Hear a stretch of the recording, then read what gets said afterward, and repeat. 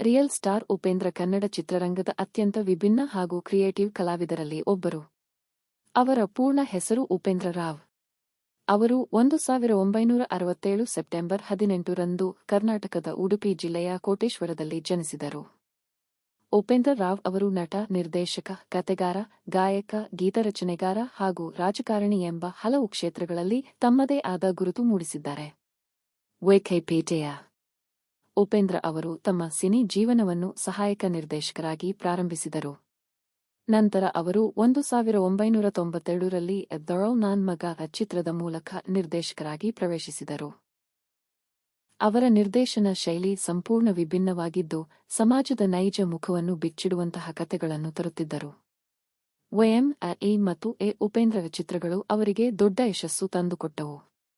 ವಿಶೇಷವಾಗಿ ಎ 1998 ಮತ್ತು A Upendra A 1999 ಸಿನಿಮಾಗಳು ಅವರ ಕ್ರಿಯೇಟಿವಿಟಿಯನ್ನು ತೋರಿಸಿದ ಪ್ರಮುಖ ಚಿತ್ರಗಳಾಗಿವೆ. The city celeb. ಉಪೇಂದ್ರ ಅವರ ಚಿತ್ರಗಳಲ್ಲಿ ಸಾಮಾನ್ಯವಾಗಿ ಸಮಾಜದ ಸಮಸ್ಯೆಗಳು, ಮಾನವ ಮನಸ್ಸಿನ ಸಂಘರ್ಷಗಳು ಮತ್ತು ವಿಭಿನ್ನ ಆಲೋಚನೆಗಳು ಕಾಣಿಸಿಕೊಳ್ಳುತ್ತವೆ.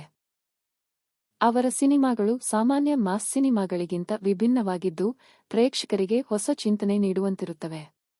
ಇದರಿಂದಲೇ ಅವರಿಗೆ ಎ ರಿಯಲ್ ಎಂಬ ಬಿರುದು ಲಭಿಸಿದೆ. ನಟನಾಗಿ ಕೂಡ ಉಪೇಂದ್ರ ಅವರು ಬಹಳ ಯಶಸ್ಸು ಕಂಡಿದ್ದಾರೆ.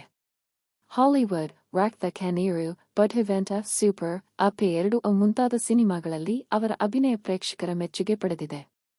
ವಿಶೇಷವಾಗಿ ಎ ಬಡ್ವೆಂಟ ಸಿನಿಮಾ 100 ದಿನಗಳಿಗಿಂತ ಹೆಚ್ಚು ಪ್ರದರ್ಶನ ಕಂಡು ದೊಡ್ಡ ಯಶಸ್ಸು ಗಳಿಸಿತು. ವಿಕಿಪೀಡಿಯಾ. ಉಪೇಂದ್ರ ಅವರು ಹಲವಾರು ಪ್ರಶಸ್ತಿಗಳನ್ನು ಕೂಡ ಪಡೆದಿದ್ದಾರೆ. ಅವರು ಸಿಎಂಎ ಕ್ರಿಟಿಕ್ಸ್ ಅವಾರ್ಡ್ ಅನ್ನು ಹೆಚ್ಚು ಬಾರಿ ಗೆದ್ದ ನಟರಲ್ಲಿ ಒಬ್ಬರಾಗಿದ್ದಾರೆ. ಅವರ ನಿರ್ದೇಶನ ಹಾಗೂ ಅಭಿನಯ 2 ಕ್ಷೇತ್ರಗಳಲ್ಲಿ ಅವರು ತನ್ನದೇ ಆದ ಸ್ಥಾನವನ್ನು ನಿರ್ಮಿಸಿಕೊಂಡಿದ್ದಾರೆ. ವೈಯಕ್ತಿಕ ಜೀವನದಲ್ಲಿ ಅವರು ನಟಿ ಪ್ರಿಯಾಂಕಾ ಉಪೇಂದ್ರ ಅವರನ್ನು ವಿವಾಹವಾಗಿದ್ದಾರೆ. ಇವರಿಗೆ 2 ಮಕ್ಕಳು ಇದ್ದಾರೆ.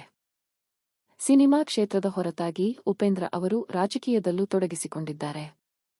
2018ರಲ್ಲಿ ಅವರು ಅಠಮ ಪ್ರಜಾಕೀಯ ಪಾರ್ಟಿ ಎಂಬ ಪಕ್ಷವನ್ನು ಸ್ಥಾಪಿಸಿದರು. ಈ ಪಕ್ಷದ ಉದ್ದೇಶ ಜನಕೇಂದ್ರಿತ ಆಡಳಿತವನ್ನು ತರಲು ಎನ್ನುವುದು. ಇತ್ತೀಚಿನ ವರ್ಷಗಳಲ್ಲಿ ಕೂಡ ಅವರು ಯುವ 2024 ಮತ್ತು ಕೂಲಿ 2025 ಮುಂತಾದ ಸಿನಿಮಾಗಳಲ್ಲಿ ಕಾಣಿಸಿಕೊಂಡಿದ್ದಾರೆ. The city celeb. ಒಟ್ಟಿನಲ್ಲಿ ಉಪೇಂದ್ರ ಅವರು ಕನ್ನಡ ಚಿತ್ರರಂಗದಲ್ಲಿ ಕ್ರಾಂತಿಕಾರಿ ನಿರ್ದೇಶಕ ಹಾಗೂ ವಿಶಿಷ್ಟ ನಟನಾಗಿ ಗುರುತಿಸಿಕೊಂಡಿದ್ದಾರೆ. ಅವರ ಸಿನಿಮಾಗಳು ಕೇವಲ ಮನರಂಜನೆ ನೀಡುವುದಲ್ಲದೆ ಪ್ರೇಕ್ಷಕರಲ್ಲಿ ಚಿಂತನೆ ಹುಟ್ಟಿಸುವ ಶಕ್ತಿಯನ್ನು ಹೊಂದಿವೆ. ಅದಕ್ಕಾಗಿ ಅವರು ಇಂದು ಕೂಡ ಕನ್ನಡ ಸಿನಿ ಪ್ರೇಕ್ಷಕರ ಹೃದಯದಲ್ಲಿ ಎ ರಿಯಲ್ ಸ್ಟಾರ್ ಆಗಿ ಉಳಿದಿದ್ದಾರೆ.